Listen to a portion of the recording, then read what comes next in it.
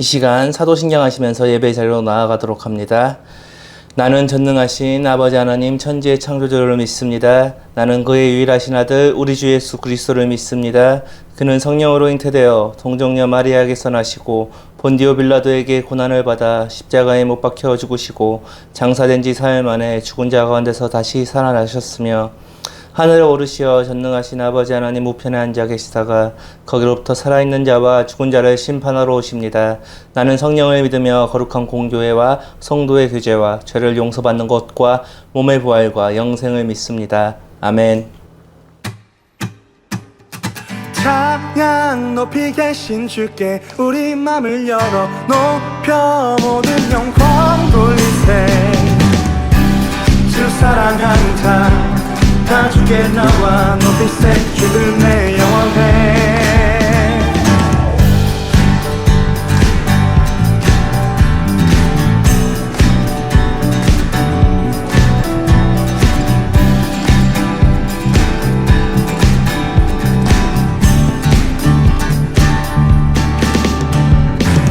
주 나와 함께 하시니 부족함 없네. 그가 나를 이끄시니 주 따르네. 의의 거리로 날 인도하네. 내 영혼 노래해. 어둠 길 걸어갈 때에 난 노래하네. 주 나와 함께 하시니 나 두려움 없네. 주의 선함과 인자하시니 평생 날 따르리. 찬양 높이 계신 주께 우리 맘을 열어 높여 모든 영광 돌리세. 주 사랑하는 자 다 주께 나와 높이세. 주 내 영원해. 찬양 높이 계신 주께 우리 맘을 열어 높여 모든 영광 돌리세.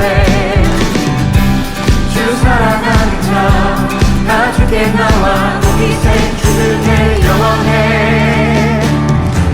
주 나와 함께 하시니 부족함 없네. 그가 나를 이끄시니 주 따르네. 의의 거리로 날 인도하네. 내 영혼 노래해. 어둠 길 걸어갈 때에 나 노래하네. 주 나와 함께 하시니 나 두려움 없네. 주의 선함과 인자하심이 평생 날 따르리. 찬양 높이 계신 주께 우리 맘을 열어 높여 모든 영광 돌리세. 주 사랑하는 자 다 주께 나와 높이세. 주를 내 영원해. 찬양 높이 계신 주께 우리 맘을 열어 높여 모든 영광 돌리세. 주 사랑하는 자 다 주께 나와 높이세. 주를 내 영원해. 찬양 높이 계신 주께 영광 우리 주 아버지. 주의 나라 주의 영광 영원 영원히. 찬양 높이 계신 주께 영광 우리 주 아버지. 주의 나라 주의 영광 영원 영원히. 찬양 높이 계신 주께 영광 우리 주 아버지. 주의 나라 주의 영광 영원 영원히. 찬양 높이 계신 주께 우리 맘을 열어 높여 모든 영광. 주 사랑하는 자 다 주께 나와 높이세. 주는 내 영원해.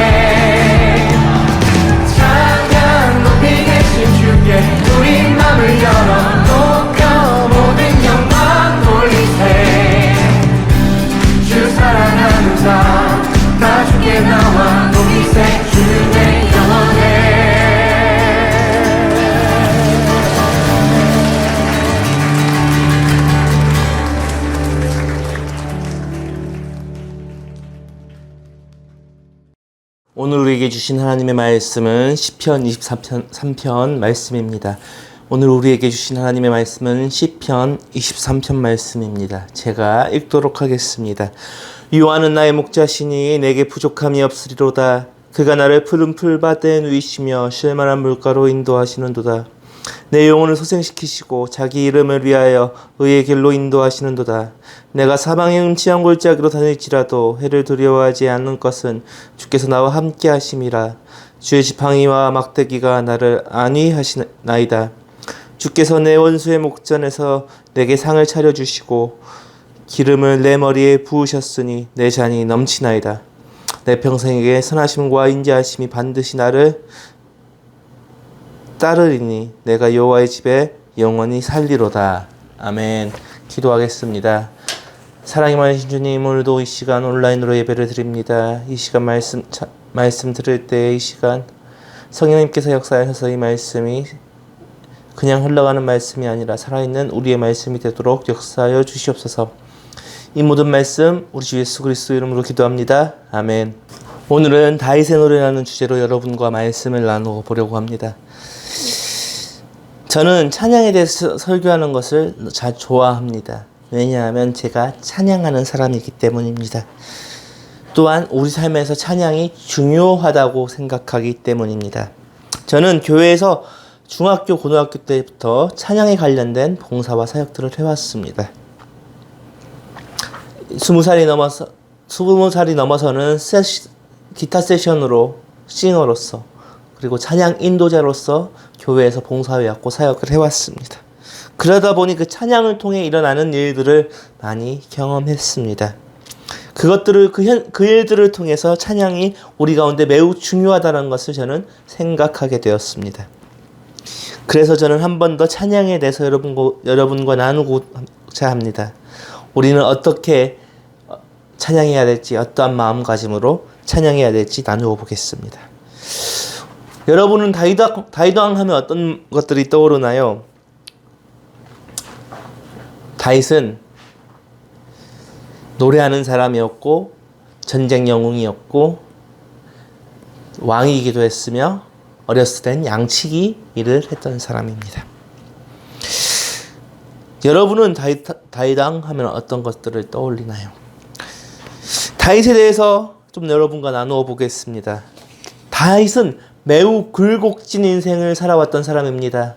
자기 아버지인 이새에게도 인정받지 못하였고 이스라엘에서 가장 힘들다는 목숨을 걸고 해야 되는 목동이라는 직업을 가지고 있기도 했습니다. 그러나 그가 찬양을 잘하고 외모가 뛰어나서 사울왕의 시종으로 들어갔고 가기도 했고 나중에는 골리앗을 쓰러뜨려 이스라엘의 전쟁 영웅이 되기까지도 했습니다. 그러다가 사울왕의 사위가 되었지만 그 사울의 질투 때문에 쫓겨 도망자의 삶을 살기도 했습니다. 이후에 다윗은 왕이 되었습니다. 왕이 되어서만 끝났을까요? 왕이 되어서도 그의 아들들은 반란을 일으켰습니다. 특히 압살롬은 다윗성에서 쫓아내고 아버지의 부인들을 자기 부인으로 삼기도 했습니다. 다윗의 인생은 어땠을까요? 매우 굴곡진 삶을 살아왔다는 것입니다. 집안에서 대우도 못 받다가 왕의 전쟁 영웅이 되기도 했고 충복이 되기도 했습니다. 그러다 질투를 당해 쫓겨났지만 다시 왕이 되었고 자신의 아들들에게 배신을 당하기도 했습니다. 이러한 상황 속에서 다윗은 찬양할 수가 있었을까요? 보통 사람이라면 찬양하지 못했을 것입니다. 하지만 다윗은 어떠한 상황에 있든 다윗은 찬양을 했다는 것입니다. 오늘 본문 시편 23편은 다윗이 좋은 시절에 쓴 시편 시간입니다. 다윗의 아들 압살롬이 반란을 일으켜 얼마 뒤에 자신을 치러 온다는 소식을 듣고 고백한 내용이 바로 이 시편 23편의 내용입니다. 이해할 수가 없는 글입니다. 아니 자기의 아들이 왕이 되려고 아버지인 다윗 자신을 치러 온다는 소식을 듣고 이런 고백을 할 수가 있을까요? 그러나 다윗은 고백을 했습니다. 오늘 본문 2절 3절 한번 읽어보겠습니다. 그가 나를 푸른 풀밭에 누이시며 쉴만한 물가로 인도하시는도다. 내 영혼을 소생시키고 자기 이름을 위하여 의의 길로 인도하시는 도다. 다윗은 왜 이런 고백을 할 수가 있었을까요? 하나님이 나를 인도해 주신다는 이 고백을 아들이 반란을 일으키고 자신을 치러 온다는 소식을 들었을 때 할 수 있었던 것일까요?